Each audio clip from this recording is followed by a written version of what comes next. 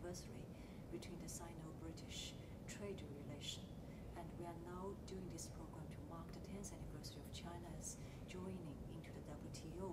And so how would you comment on the development between our countries' trade relationships, especially for the last 10 years? Well, trade relationships are extremely important between our two countries. China is such an important partner for any country in the world, and we are very lucky to have a strong two-way relationship with China, Chinese ministers and Chinese companies. We were one of the countries that very much pushed for China to be admitted to the World Trade Organization, and we were involved with our diplomats in the discussions which led to that.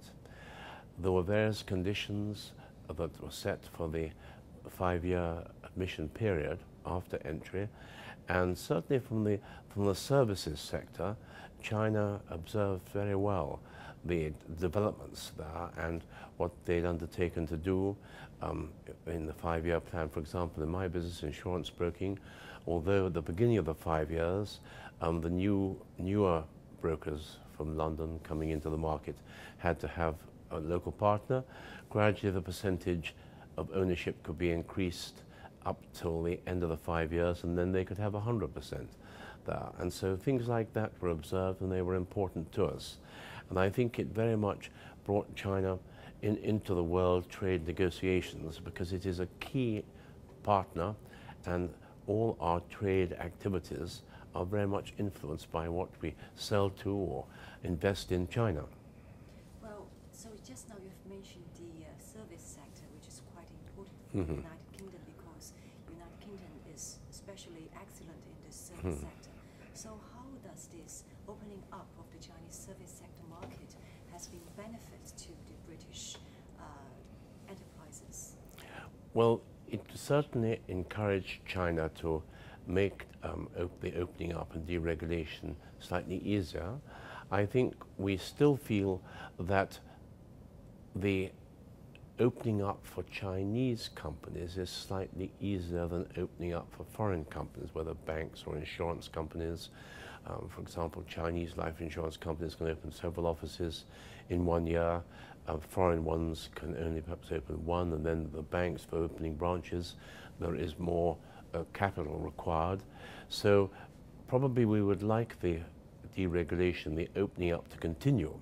I think when it started, we could fully understand why, with the new Chinese insurance companies and life insurance companies in my business, had to be protected coming into the market with, alongside all the big established international companies and banks. But now those insurance companies and banks are bigger than many of the foreign companies, and the biggest life insurance company, China Life, Beijing and Hong Kong, and the listings of the banks in Hong Kong. So I think we would like to see it open up a bit more. Certain things, the British banks, like HSBC, Standard Chartered, Barclays, they are very keen to get involved in rural finance, microfinance. And it would be quite understandable for the regulators to say, well, if we open so many offices in urban areas, then please will you also open some offices in rural areas? And one's quite prepared for that sort of trade-off and that sort of partnership there. But so I think, you know, we would like to see it open more, because I think the big Chinese companies now in the services sector are well established. Well, so how would you comment on the improvement and opening up of the Chinese market as a whole after China joining the WTO?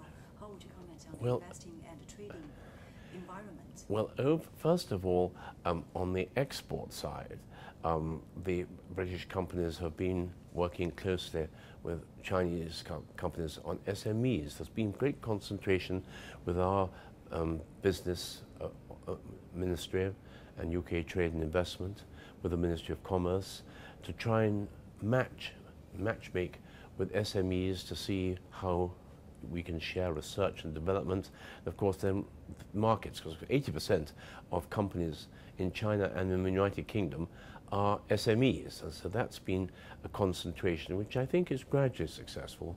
But we want to do more, and we shall be having the trade talks on the 15th of December in Cardiff, in Wales, when we should be concentrating very much then on SMEs.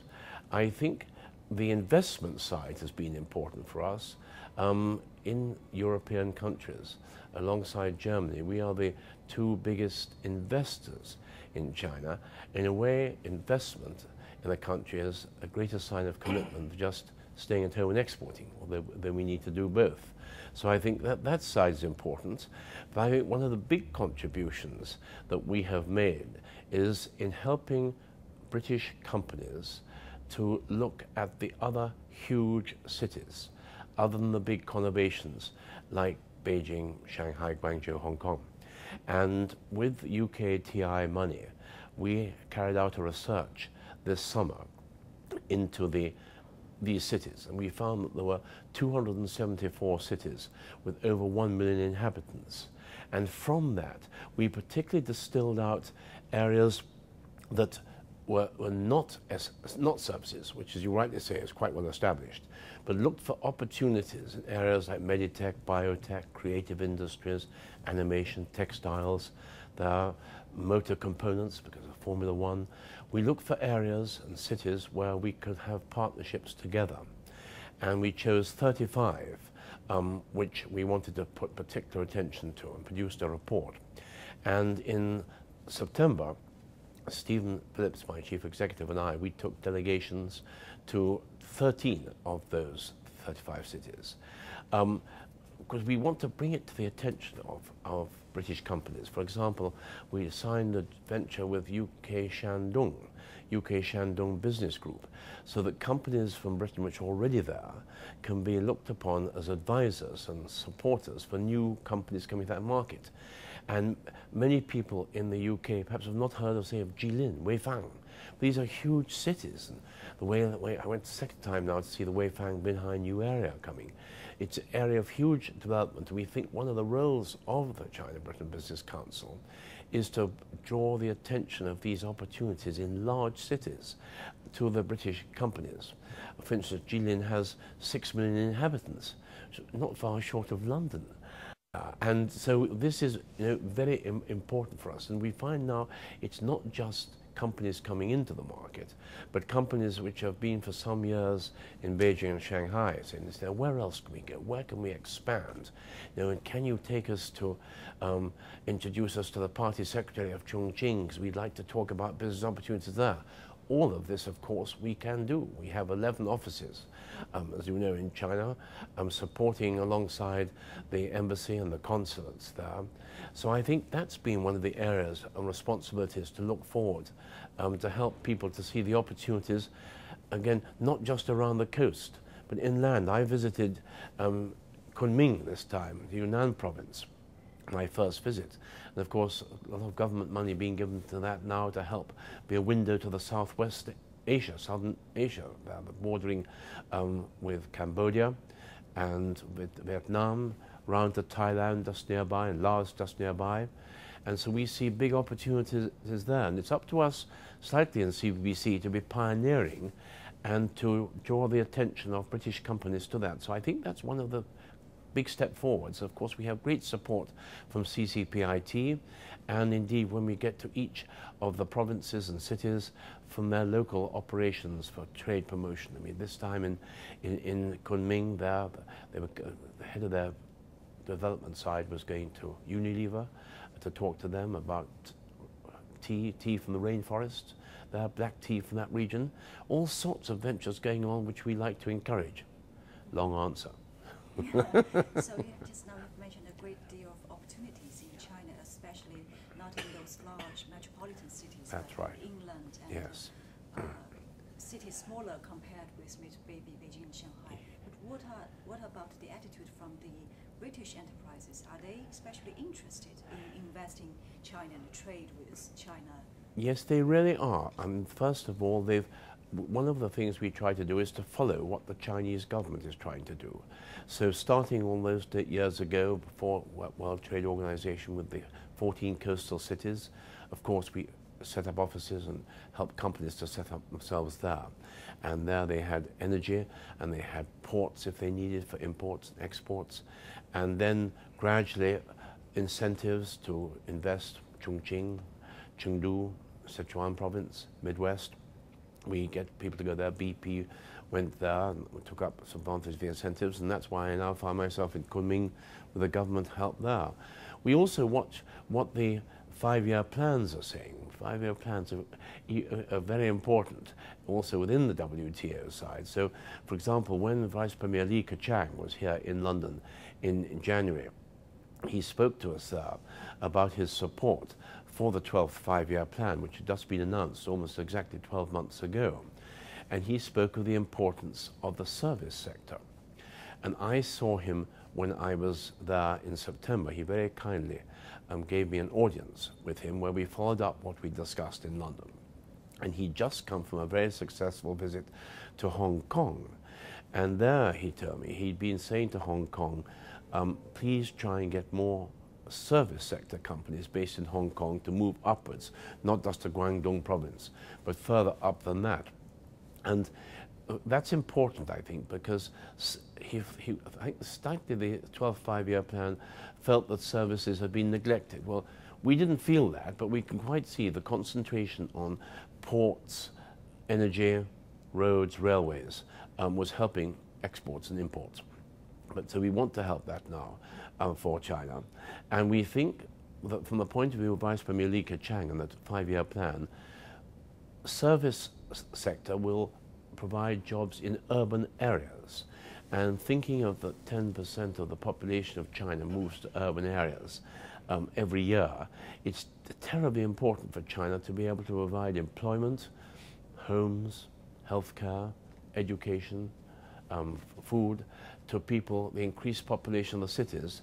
And so if that's part of the 12th 5-year plan, that's one of the things we in CBBC, with the help of UKTI, try to angle our support and the guidance we're giving to British companies. Okay. Well, just now we've been talking about the Sino-British relations, especially concerning the 10 years after China joined the WTO. Well, Britain is a very mature and developed member of the WTO, but China is a quite young one. We are only on 10 years experience. So as far as this is concerned, how would Britain comment on China's performance as a young member? Well, we think, as I was saying earlier on, that with the services, that many of the commitments they made at the beginning of that 5-year accession period, they did fulfill and went ahead. Now, I know some companies who have taken imports coming from China into their country complain about being undercut. We found much more a level, a commercial relationship between the UK and the trade we have in both directions. I think it's important for us to work with China. For example, Premier Wen Jiabao, when he spoke to the World Economic Forum, Summer Davos, he was talking about market economy status. That's something China wanted there. We in the UK, our politicians, our diplomats have supported this. We feel China has earned that position. It would give them certain advantages, but we don't think in that case they have made any mistakes. They haven't abused the position leading up to that. Although some other countries in Europe, which might have a slightly more protectionist view, have resisted this, it's a thing that we've very much supported, particularly since Russia was given market economy status. Well, UK also is a member of the EU, maybe, but China with EU has several cases of commercial and trade dispute, especially some of the EU countries is trying to maybe charge China to the WTO for the dumping, and they have extended the anti-dumping tariff on some of the Chinese goods. So what is UK's point of view on this? Well, we, first of all, tried not to get to a stage of confrontation where it is felt there is dumping over a particular product. I know perhaps the Americans also, they look at that trade surplus, the trade surplus China has with America, and also talk about the unfair trade there, dumping. It's not a word we really try to use, although obviously what goes out of Brussels, that speaks on behalf of the European Union. I think one area where we are showing our attitude and how we can help China is because we are now very much encouraging Chinese companies to come and invest in the UK. Now we have something over 450 Chinese companies here, and they're establishing like Huawei is manufacturing, opening up other research centers here. And I think one of the reasons that people and companies are attracted to the United Kingdom is they see what happened 20 years ago when the Japanese companies set up. And first of all, if they were given a promise by a government that they would have a special deal to open a factory like Nissan, Toyota in England, or Sony, Panasonic in South Wales, or Assembly in Northern Ireland, we kept those promises, but particularly when those television sets or those cars were exported into Europe and there was some resistance, we went to Brussels to stick up for those companies, saying, well, these are European-produced cars at European factories with British workers there in the factories, and Toyota has just announced in Burnaston that it's going to have its next new car produced in Derbyshire there. And I think, talking to my Chinese friends, they saw this, and they saw that if they came here and they started making, say, cycles or something like that, motorcycles, then if there was any trade dispute in Brussels, we would stick up for that Chinese company as a British company with British workers. So I think that's how we can sort of turn the side, positive. We look for a positive outcome of things there, although we don't want to get into disputes. Well, you were talking about Chinese companies coming to the UK to invest and open up countries, and with British and UK workers. I think these are the steps that Chinese enterprises are beginning to take. And you mentioned 450 enterprises have now entered the UK. So what are the advice if you want to give them when they come to the UK to do the investment? Well, I think we found, as the China-Britain Business Council, we've been able to help on both sides of a joint venture. We found, first of all, the Chinese company is looking for a suitable partner. Particularly, I'm thinking of SMEs, and our business ministry and UK Trade and Investment are very good at matchmaking with us on that. So first, I think we help them there. Secondly, we have found ourselves being asked by both sides in a partnership how to deal with each other. The British workers say, we are going to have now Chinese colleagues and Chinese bosses there. How do we do it? Equally, the Chinese companies coming in saying, now we're going to be working alongside British workers and with British directors and colleagues there. What should we be looking out for? What should our situation be? So we think if we can help with both sides with advice as to how to do successful business with each other, that's one of the positive things we can contribute.